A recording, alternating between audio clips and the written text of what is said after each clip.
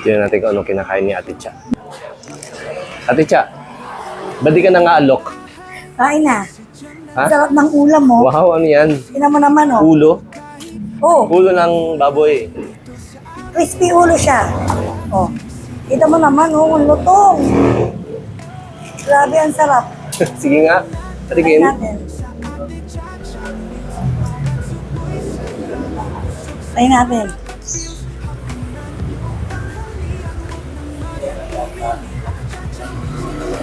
Ano masasabi mo sa luto mo, Ate Cha? Sarap. Siyempre, ikaw nagluto eh. Siyempre, masarap. Kahit di ako nagluto, masarap talaga siya. Promise. Ano, kahit hindi ka man nagluto? Kahit pala ano.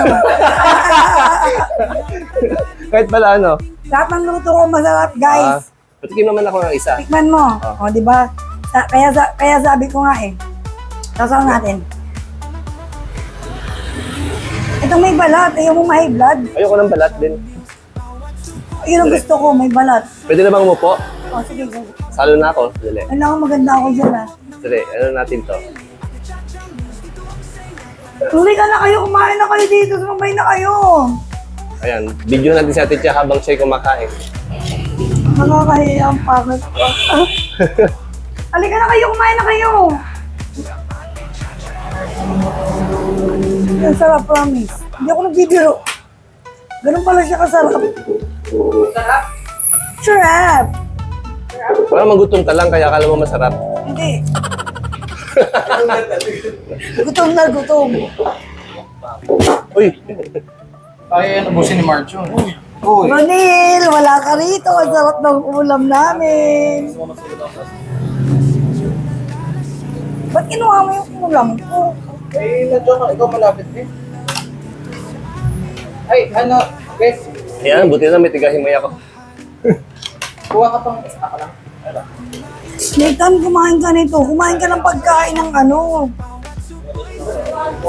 Isu talaga ng kain ng ano, ng baboy. Guys, tingnan mo naman. Look. Napakamura lang. Yung gantong size, 600 pesos lang. Tingnan nyo. Oh, ayan, oh, tingnan nyo. Oh, ayan. Diba? Sarap talaga.